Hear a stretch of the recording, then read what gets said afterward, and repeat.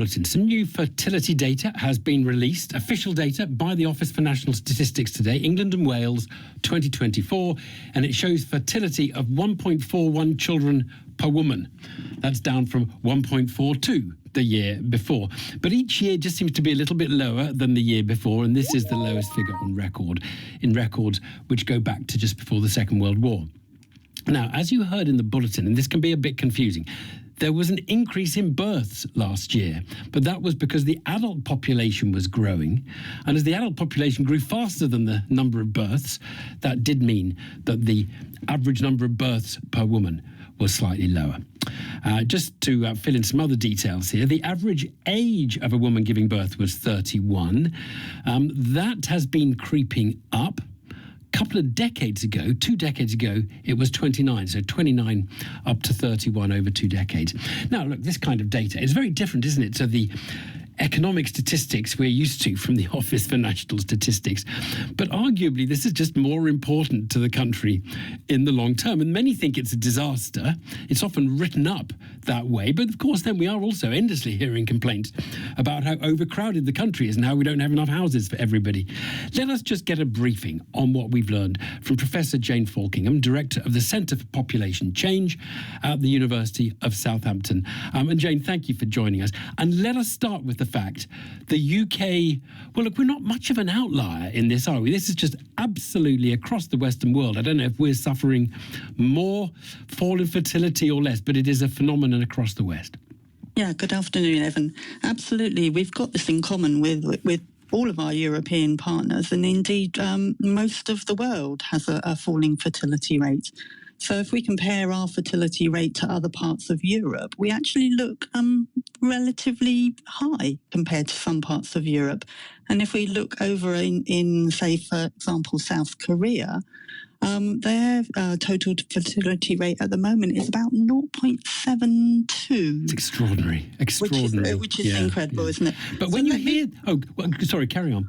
Well, I was just going to say that, of course, this is a hypothetical measure. So just going back to your point about the number of births actually going up. So how the total fertility rate is calculated is it's the number of children a woman would have if she gave birth across her whole reproductive life course at the current age-specific rates. And so one of the reasons we saw a rise in the number of births is that we've actually got more women of reproductive age at the moment. So if you think back to the year 2000, our headlines were actually, we're having rising fertility. So we've got a lot more people of reproductive age, but actually those people born in 2000, they're now 25, they're not giving birth at the rate at which their mothers gave birth when they were 25. Right. No, that's interesting. Does that make sense? Yeah, but I don't... What I find absolutely fascinating is you'll hear people constantly trying to come up with explanations that are perhaps specific to the UK, like we haven't built enough houses, so people don't want to bring children into the world until they can afford a spacious house with a spare bedroom. But none of that works, because if it's just everywhere we're finding this, have you got to the bottom of what explains it? Because there are countries with lots of houses that are going through the same thing, so it can't be that. Well, it does vary from country to country, but I think it comes down to when couples feel comfortable about having their first child. And so we have had a cost of living crisis. That cost of living crisis has been global. We have had changes in employment right across the world. We've seen changing in our industrial structures. So there are some big global trends going on as well as local trends. So it is a combination of the two. I think back about 10 years ago, we looked at Europe, and Northern Europe used to have higher fertility than Southern Europe. And that was probably, people were arguing, well, that's actually reflecting Northern Europe has greater gender equality, the role of men raising their children as well as women. All of these things are at play with each other.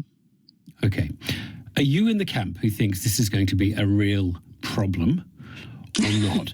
Obviously, population and fertility are not the same, because you have migration that can affect population as well. But absolutely, where are you on that? Well, and I think it also depends on whether you take a national stance on it or whether you're looking at it globally. So when I first started studying population matters, the world had about 5 billion people in it. So I think we hit the 5th billion around the mid-80s. Now we've got 8 billion. So we've seen a massive transformation of our population. So you would think, well, actually, it's not bad that we're slowing down fertility rates. But if you take a national stance on it, of course, your fertility today is your workforce tomorrow. So national governments are starting to be concerned about how many workers they will have in the future, and this link between population growth and economic growth. But then we have disruptors coming along.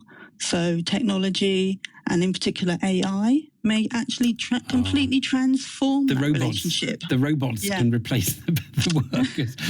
It's a really fascinating topic and a really important one. And Jane, thanks for explaining it so clearly to us. Jane Falkingham there from University of Southampton.